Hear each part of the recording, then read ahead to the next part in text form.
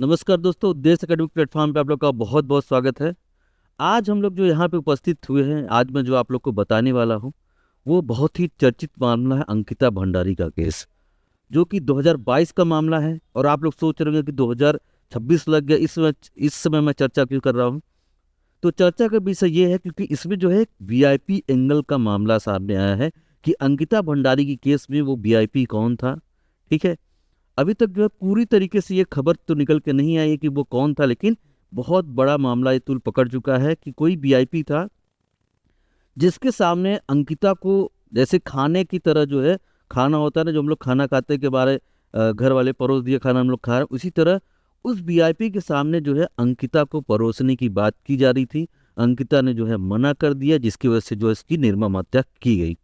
इसमें जो है बहुत जो है बीजेपी के एक लीडर का बेटा भी जो है सामने आया है, और उसके दो सहयोगी भी हैं जिनको ऑलरेडी जो है आजीवन कारावास की सजा हो चुकी है। उसके बाद जो है यह वीआईपी एंगल सामने आया है कि वो कौन था वीआईपी जिसके सामने जो है, जिसके लिए मजबूर किया गया अंकिता भंडारी को, और उसके बाद में निर्मम हत्या कर दी गई। तो आप सभी को पता ही होगा कि अभी जो है कुलदीप सेंगर का मामला जो है हाईलाइट हुआ था, जिसमें जो है सुप्रीम कोर्ट ने कुलदीप सेंगर की जमानत रद्द कर दी। आप लोग समझ सकते हैं कि वर्तमान जो नेता है कितने ज्यादा पहुंच वाले हो गए हैं कि हाई कोर्ट की जज जो है ऐसे निर्मम हत्यारों को जो है जमानत दे रही है। तो सोचिए आम लोगों का क्या होगा। वो तो गनीमत है कि सुप्रीम कोर्ट ने जो है ऐसे लोग को जो है जमानत देने से मना कर दिया। नहीं तो जो है सोचिए आम लोग की जो औकात है अब आज के समय में कुछ भी नहीं है। वर्तमान में जैसे पहुंच वाले हैं, पैसे वाले हैं, नेता हैं, वो सब जो है कितना भी बड़ा अपराध कर ले रहे हैं, लेकिन वो जो है अदालतों से बच जा रहे हैं। तो ऐसे हम लोग चर्चा करेंगे कि अंकिता भंडारी के बारे में हम लोग प्रॉपर जानेंगे। अंकिता भंडारी कौन थी, उसके साथ क्या क्या हुआ, वर्तमान परिस्थिति क्या है। तो चलिए हम लोग समझते हैं अंकिता भंडारी के अगर बारे में हम लोग जाने। तो अंकिता भंडारी जो है उत्तराखंड की रहने वाली एक जो है लड़की थी, जो काफी कम उम्र की लड़की थी। ठीक है, और काफी गरीब घर की लड़की थी।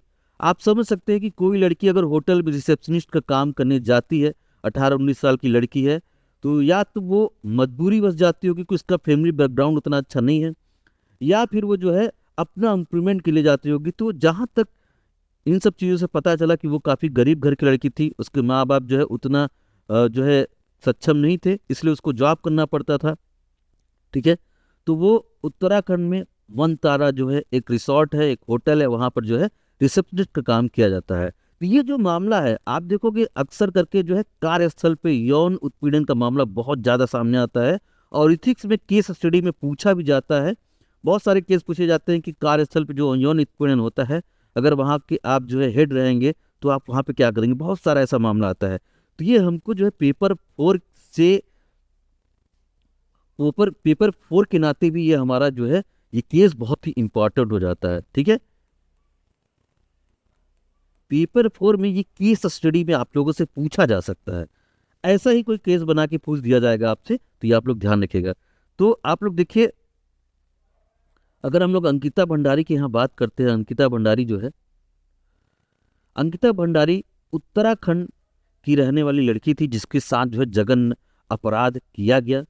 उसके साथ जो है रेप किया गया, और रेप के बाद जो है इसकी निर्मम हत्या कर दी गई। ठीक है, यह मामला केवल एक हत्या नहीं है, बल्कि क्या है, सत्ता और प्रभाव की बात है। सत्ता यानी कि जो पावरफुल लोग हैं उनकी कंट्रोल में ये सारी चीजें किया गया है। जैसे हम लोग अभी बात कर रहे थे कि गरीब लोग जो है कुछ नहीं कर पा रहे हैं, अब कुलदीप सेंगर जैसे नेता जो है हाईकोर्ट से बेल प्राप्त कर ले रहे हैं। अभी अभी देखेंगे आप लोग कि अपराधी को बेल मिल जा रही है। जो हमारे साइंटिस्ट हैं वो जेल में है, आप लोग को तो पता ही है, उस पर हम लोग कभी बाद में चर्चा करेंगे।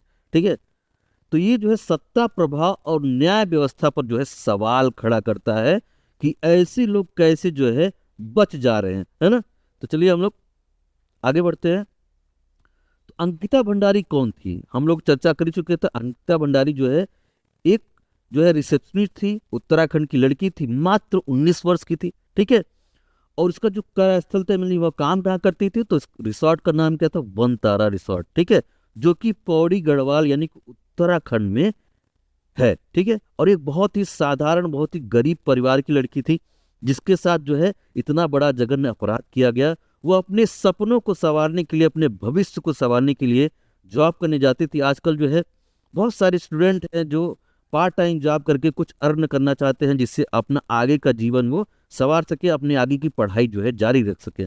उसी सिलसिले में अंकिता भंडारी भी होटल रिसेप्शनिस्ट का जो है जॉब कर रही थी, है ना। घटना की अगर टाइमलाइन की बात की जाए तो यह घटना जो है हुई 18 सितंबर 2022 को। इस दिन जो है अंकिता लापता हो गई, ठीक है। इस दिन अंकिता लापता हो गई। उसके बाद उसके घर वाले होटल में फ़ोन लगाते रहे, उसके नंबर पे भी कॉल लगाते रहे, लेकिन जो है फ़ोन जो है नहीं उठा। उसके बाद कुछ दिन बाद जो है उसका शव एक नहर में मिला, ठीक है। नहर में उसका शव मिलता है, ठीक है। उसके बाद जो है उसके गार्जियन, उसके माता पिता उसके शव को जो पोस्टमार्टम के लिए भेजते हैं, और पोस्टमार्टम में जो है हत्या की पुष्टि हो जाती है, ठीक है। इसीलिए जब कोई जो है संवेदनशील स्थिति में अगर कोई मरता है, किसी की मृत्यु होती है, तो उसका पोस्टमार्टम जरूर कराना चाहिए, जिससे पता तो चले कम से कम उसको हुआ क्या था। इसके बाद जो है क्या होता है, पूरे राज्य में बहुत ज़्यादा आक्रोश फैल जाता है, विरोध हो फैल जाता है, जिसमें पता चलता है कि किसी बीजेपी लीडर के बेटे का उसमें हाथ है, तो और ज़्यादा जो है रोष फैल जाता है। क्योंकि आपको पता है कि उत्तराखंड में इसमें सिटिंग गवर्नमेंट किसकी है, बीजेपी गवर्नमेंट की है, इसलिए और ज़्यादा जो है आक्रोश फैल जाता है। अब देखिए आरोपी कौन था। आरोपी का जो नाम है वो, उसका नाम है पुलकित आर्य। पुलकित आर्य जो है वनतारा रिजॉर्ट का मालिक था। वनतारा रिजॉर्ट का मालिक कौन था, पुलकित आर्य था। और यह जो है पूर्व भाजपा नेता का पुत्र है, पूर्व बीजेपी लीडर के जो है एक बेटा है, जिसका नाम है पुलकित आर्य। ये और इसके जो दो साथी हैं, इसके दो और साथी हैं, जिन्होंने मिलकर जो है अंकिता भंडारी के साथ अपराध किया और उसको इसकी जो है हत्या की। बाद में जो है पुलिस ने तीनों को गिरफ्तार कर लिया, फिर अदालत ने जो है उसको आजीवन कारावास की सजा भी सुनाई, ठीक है। अब अंकिता पर इस मामले में आरोप क्या लगे उन लोगों पर, और जांच में क्या हुआ ये देखिए। अंकिता पर कथित रूप से विशेष मेहमानों, वीआईपी, ठीक है, किसी वीआईपी को सेवाएं देने का दबाव डाला गया। सेवाएं आप लोग समझ ही सकते हैं किस लिए लड़की को सेवाएं देने का आरोप जो है दबाव डाला जाएगा। इसके बाद जो है अंकिता ने सेवा देने से मना कर दिया, तब जो है अंकिता की हत्या कर दी गई, ठीक है। जांच में जो है क्या क्या निकल के आया, क्या क्या निकल के आया। पहला तो जो साजिश की गई इसके साथ कि जो है किसी वीआईपी के सामने उसको परोसने की बात की गई, ठीक है, सेवा देने की बात की गई, सबूतों को मिटाने का भरसक प्रयास किया गया, और इसमें जो है सामूहिक अपराध का मामला सामने आया, ठीक है। रेप और हत्या का जो है सामूहिक अपराध का मामला सामने आया। तो ये वही वनतारा रिसोर्ट है जहां पर यह कांड किया गया, ठीक है। आगे बढ़ते हम लोग। अदालत का क्या फैसला रहा इस मामले में। मई 2025 में, ठीक है, कोट द्वार की अदालत में जो है तीनों आरोपियों को आजीवन कारावास की सजा सुनाई गई, ठीक है। तो ये वही जो है उत्तराखंड का हाई कोर्ट है। यह मामला दोबारा चर्चा में क्यों आया।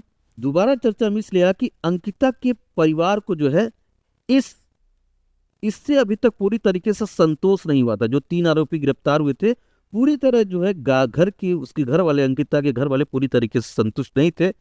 उनको ये लग रहा था कोई न कोई जो है इसमें और बड़ा आदमी शामिल है, जिसकी वजह से यह मामला हुआ है। तो अंकिता के परिवार को पूर्ण संतोष नहीं हुआ। 2025 के अंत में सोशल मीडिया पे एक वायरल वीडियो और ऑडियो आता है, ठीक है, और इसमें वीआईपी एंगल की बात की जाती है। तो जो वीडियो वायरल हुआ था, ऑडियो वायरल हुआ था, इसमें एक वीआईपी पर्सन की बात की जाती है। इस वजह से यह दोबारा मामला तुल ले लेता है, ठीक है। आगे देखते हैं आगे क्या होता है। तो अब जो है परिवार की मांग क्या होती है, इस मामले को लेकर परिवार की मांग क्या होती है। तो अंकिता भंडारी की जो माता पिता थे, उनकी बस छोटी सी डिमांड थी कि जो जांच हो निष्पक्ष और स्वतंत्र रूप से हो, और सभी एंगल से जांच हो। जितने भी एंगल है, चाहे वीआईपी एंगल हो, चाहे नॉर्मल एंगल हो, हर एंगल से इसकी जांच होनी चाहिए, और किसी भी प्रभावशाली व्यक्ति को न बख्शा जाए। इसमें कोई ना कोई प्रभावशाली व्यक्ति जो बच रहा है, तो अंकिता भंडारी के माता पिता का कहना है जो भी प्रभावशाली व्यक्ति है वो भी बचना नहीं चाहिए, और सीबीआई जांच की मांग की जाती है उसकी फैमिली के द्वारा, ठीक है। अब देखिए जनवरी 2026 में एक बड़ा अपडेट इस केस के मामले में आया। उत्तराखंड सरकार के द्वारा जो है सीबीआई जांच की सिफारिश की जाती है, और पुष्कर सिंह धामी जो उत्तराखंड के सीएम है, वो क्या कहते हैं, उन्होंने कहा, अपना वक्तव्य दिया कि न्याय केवल होना ही नहीं चाहिए बल्कि दिखना भी चाहिए। तो उनका कहना है कि न्याय सिर्फ होना ही नहीं चाहिए बल्कि दिखना भी चाहिए। इसलिए उन्होंने यह केस जो है सीबीआई के हाथों में सौंप दिया। उसके बावजूद भी अंकिता भंडारी के माता पिता इससे संतुष्ट नहीं थे। अंकिता भंडारी के माता पिता का कहना है कि जो सीबीआई की जांच हो वह सुप्रीम कोर्ट के अंडर होना चाहिए, जिससे किसी भी प्रभावशाली लोगों के दबाव में आकर सीबीआई अपना जांच जो है गलत तरीके से ना करे। तो उनका कहना है कि सीबीआई जांच सुप्रीम कोर्ट की निगरानी में हो, जिससे किसी भी राजनीतिक या प्रशासनिक दबाव से यह जांच मुक्त हो सके। ठीक है, लेकिन अभी भी सुप्रीम कोर्ट का इस मामले में अभी कोई हस्तक्षेप नहीं हुआ, उसका आदेश जो है अभी तक लंबित पड़ा हुआ है। ठीक है, आगे बढ़ते हम लोग।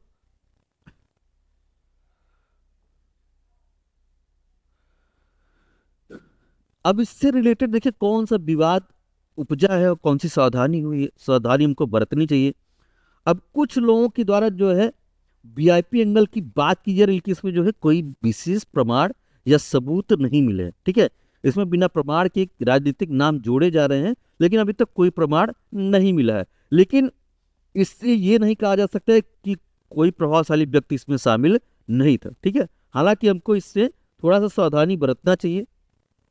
इस मामले में अदालत ने भी सख्त टिप्पणी की है कि बिना सबूत के किसी के ऊपर आरोप नहीं लगाना चाहिए, ये मानहानि का मामला हो सकता है। ठीक है, पुलिस का रुख इस मामले में क्या है, तो पुलिस फिलहाल किसी वीआईपी की पुष्टि नहीं कर पाया है। ठीक है, तो बाकी जो है सीबीआई के अंडर में केस चल रहा है, धीरे धीरे पता चली जाएगा कि कौन इसमें शामिल है। यह मामला देखिए क्यों इंपॉर्टेंट है, क्यों महत्वपूर्ण है। पहला तो देखिए ये महिलाओं की सुरक्षा से संबंधित मामला है। दूसरा, अभी हम लोग बात कर रहे थे कार्यस्थल पे शोषण का मामला है। तीसरा, यह मामला न्याय प्रणाली की परीक्षा भी है कि न्याय प्रणाली हमारी किस तरीके से कार्य करती है।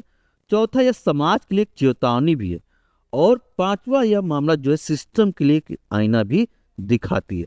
तो यह मामला इन कारणों से भी महत्वपूर्ण है। और सबसे बड़ी बात, यूपीएससी यूपीपीएससी के छात्रों के लिए यह जो केस है वो पेपर 4 के लिए बहुत ही इंपॉर्टेंट है ना।